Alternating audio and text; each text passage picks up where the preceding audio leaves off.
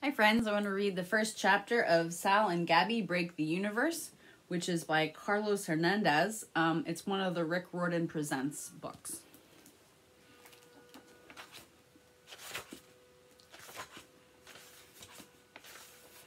Chapter 1.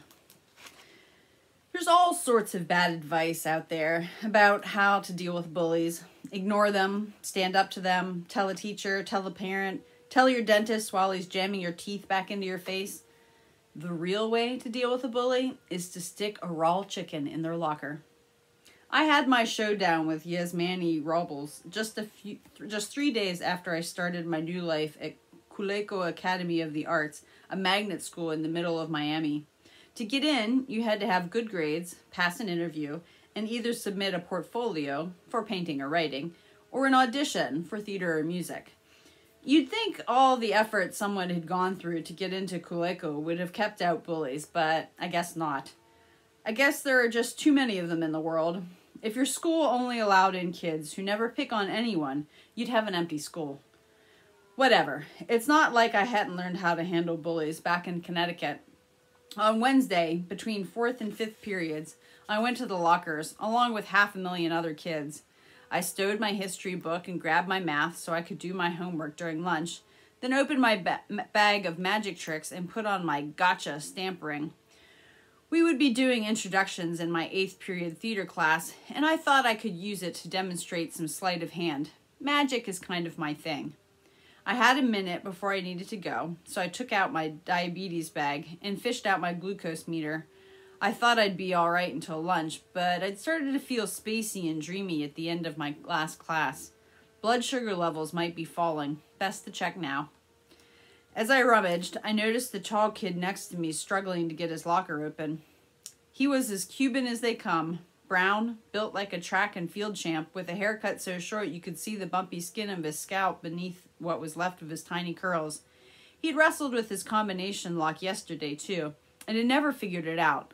So he'd had to carry a full backpack of books to his next class. I had trouble with my lock on the first day, until I figured out you have to squeeze it as you turn the dial. And I'm a nice guy. So I said to him, "Hey man, my lock sucks too. The trick is to squeeze the top while..." That's all I got out before he punched his locker.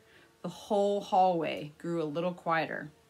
Yasmani, I'd learned his name later, but why keep you in suspense, slowly turned to look at me. He scanned me up and down, doing some tough guy calculations to figure out if he could take me.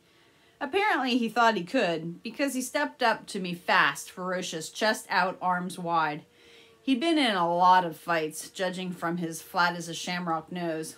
"Just come back from safari, white boy?" he asked. "I mean, if you even are a boy." The safari crack was because I had on canvas cargo pants and a cargo vest, each with 4 pockets brimming with gadgets and tricks of the trade. Pretty much all the clothes I own have tons of pockets. I'm ready to perform at any time. You never know when the world is going to need a little magic. The white boy crack was because, I guess, to him I looked white. Back when I lived in Connecticut, kids were telling me to go back to Browntown all the time. But I was in Miami now. New place, new rules about skin color. And the "if you are a boy," I kept my hair pretty long. It gave me a place to hide stuff in the middle of a trick. And to this caveman's mind, calling someone a girl was an insult. Whatever. I tried the My Little Pony approach to handling bullies. "Sorry, just trying to help." And I started to walk away. He body blocked me. "You? When it helped me? Why would just a sandwich like you think I'd need your help?" Now I looked him in the eye. "Your locker's still locked, isn't it?" I probably shouldn't have said anything, but he called me a sandwich. Some insults you just can't let slide. In response, he did what bullies do. He slapped my diabetes bag out of my hands. It hit the ground with a glassy crunch. My stomach crunched right along with it. That pack contained my insulin, my syringes, my blood glucose meter, my Sharps disposal container for used needles, my Band-Aids, and a fun-sized bag of Skittles. If he broke something important in that pack, I could be in real trouble. I knelt down to pick it up, my hands shaking as they reached for the bag. I tried to relax.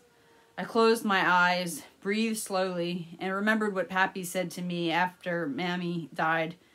Fear is your body trying to tell your brain what to do. But the brain is the king of the body. It calls the shots. I opened my eyes slowly, the way the good guys in movies do when they've just figured out how to beat the villain. I noticed that the bright young scholars of Kuleko Academy of Arts had formed a ring around Yasmani and me. This crowd didn't seem as bloodthirsty as the ones in my last school had been. In Connecticut, kids hooted like Planet of the Apes whenever a fight was about to start, jumping up and down and beating on each other in anticipation of someone getting wedged back into the Stone Age. But these kids looked kind of grim and quiet, like this was some kind of boring school assembly that they had to attend. Well, from my perspective, it didn't matter whether they were enjoying themselves or not. They had me surrounded just the same. I was trapped. Wait, no, that's an excuse, and I don't lie to myself.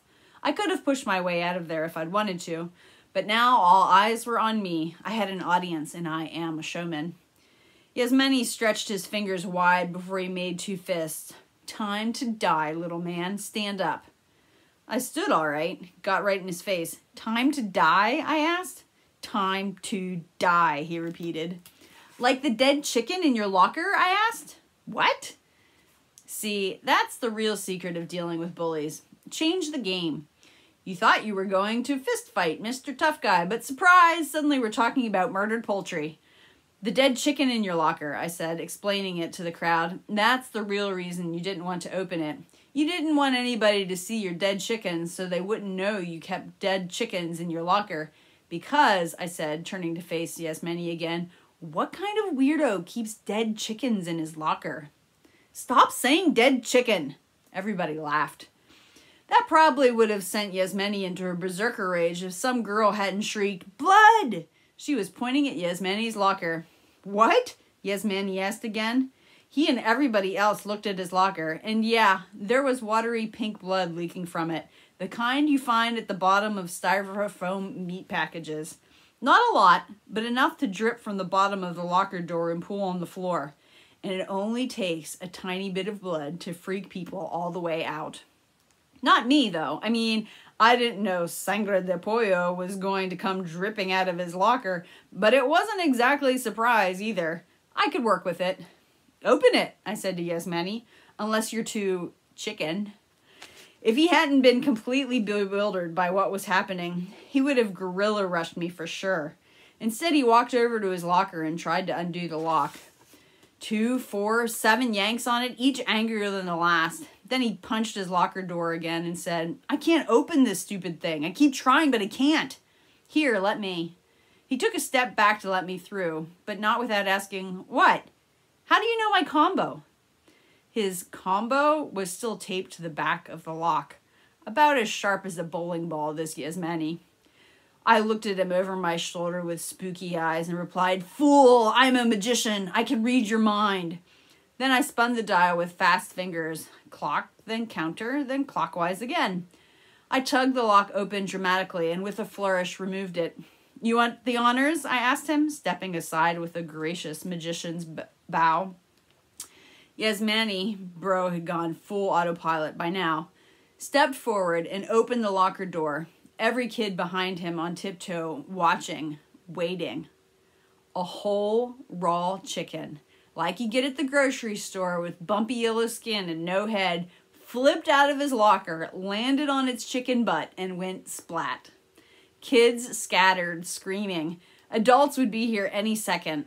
Yasmani did a 180 and looked around wildly. He didn't have eyes anymore, just fear. I didn't put no dead chicken in my locker, he yelled. You gotta believe me. I believe you, I said. Of course I did. It was I who had put it in there, after all. Abracadabra, chicken plucker.